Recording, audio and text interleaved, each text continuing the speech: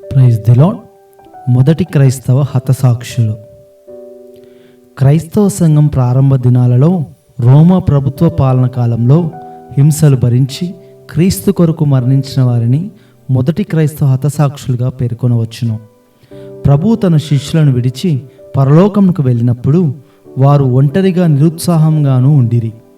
వారు ఆయన స్వరమును తర్వాత కాలంలో ప్రత్యక్షంగా వినకపోయినను ఆయన పరము నుండి వారిని చూచుచున్నాడని, ఆత్మస్వరూపిగా వారి మధ్యనే ఉన్నాడని శిష్యులు గ్రహించిరి.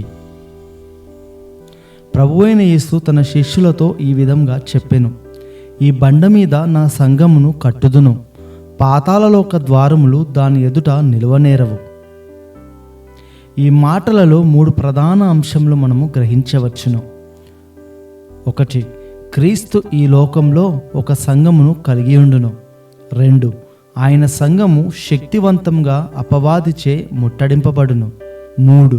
అపవాది దాడులు క్రీస్తు సంఘమును నాశనము చేయలేవు. ఆయన వారితో నుండగా, మీరు సర్వలోకమునకు వెళ్ళి సకల జనులకు సువార్త ప్రకటించుడి అను ఆయన ఆజ్ఞను తాము పాటించవలసినదని వారు గ్రహించిరి.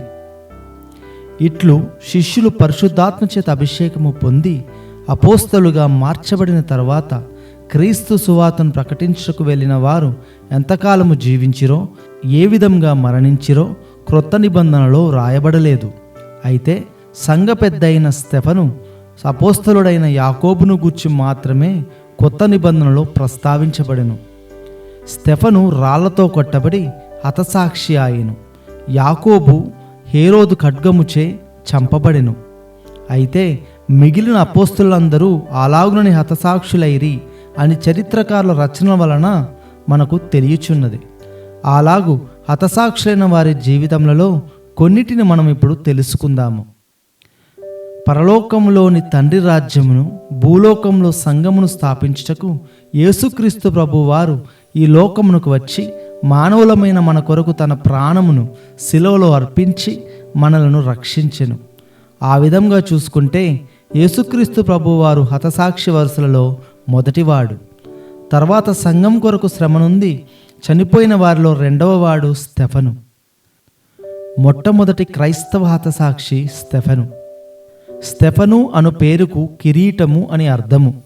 యేసును చంపిన వారికి విశ్వాస మార్గంలో సువార్తను బోధించినందుకు అతను హతసాక్షి మరణము పొందెను.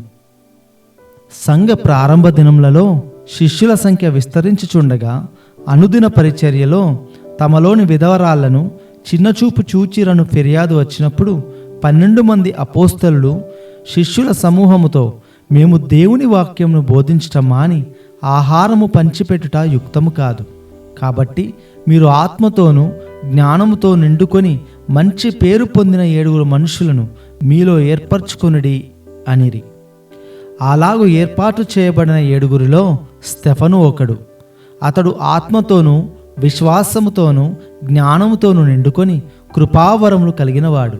అతడు బలముతో దేవుని వాక్యమును బోధించుచు వ్యాధిగ్రస్తులను స్వస్థపరచగా అనేకులు క్రీస్తును అంగీకరించిరి.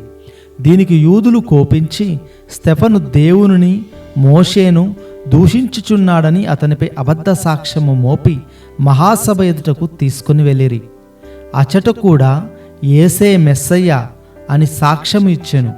వారి మాటలు విని కోపముతో మండిపడి అతని చూచి పండ్లు కొరికి చంపనాలోచించిరి. అయితే స్టెఫను పరిశుద్ధాత్మతో నిండినవాడై ఆకాశము తెరవబడుటయు, మనుష్య కుమారుడు దేవుని కుడిపార్శ్వమందు నిలిచియుండుటయు చూచుచున్నానని చెప్పగా వారు మరింత ఆవేశపడి పట్టణపు వెలుపలికి అతన్ని వెళ్ళగొట్టి రాళ్ళు రువ్వి అతనిని చంపిరి. అతడు మోకాళ్ళూని, ప్రభువా, వారి మీద ఈ పాపము మోపకుమని గొప్ప శబ్దంతో పలికి నిద్రించెను. తన ప్రభువు సిలువ వేయబడిన 8 సంవత్సరముల తర్వాత క్రీస్తు శకం 35వ సంవత్సరంలో స్టెఫనుకు హతసాక్షి మరణం సంభవించెను. స్టెఫనుకు వ్యతిరేకంగా కలిగిన ఈ ద్వేషము క్రీస్తే యూదుల మెస్సయ్య అని గట్టి నమ్మకంతో ఒప్పుకొనిన వారికి అందరికీ అధిక హింస కలిగెను. ఆ హింసలో సుమారు 2000 మంది క్రైస్తవులు మత వైరము చేత చంపబడిరి. ప్రియ దేవుని సంగమా, ఈ విధంగా ఎంతోమంది క్రైస్తవులు తాము నమ్మిన నిజ దేవుని కొరకు మరణించుట యోగ్యమని విశ్వసించిరి. వారి శ్రమలు, మరణములు క్రీస్తు నిజ సంఘమునకు బలమును, సాక్ష్యమును చేకూర్చినవి. నేటి ఆధునిక క్రైస్తవులమైన మనము ఎంతో సుఖవంతమైన జీవితమును అనుభవిస్తూ క్రీస్తును, ఆయన ప్రేమను నిర్లక్ష్యపరుస్తూ ఆయనను సమాజంగా ఒప్పుకొనుటకు అంగీకరించలేకపోతున్నాము. ప్రభువైన క్రీస్తు కొరకు కాల్చబడి, నలగగొట్టబడి సజీవ దహనం అవుటకు సిద్ధంగా ఉన్నామా?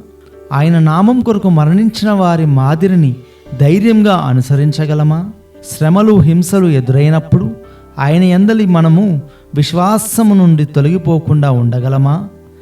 ఈ ప్రశ్నకు మీ జవాబు ఏమిటి? మరొక వీడియోలో మరికొంతమంది హతసాక్షుల గురించి తెలుసుకుందాము. Praise the Lord. దేవుడు మిమ్మల్ని దీవించునుగాక. ఆమెన్.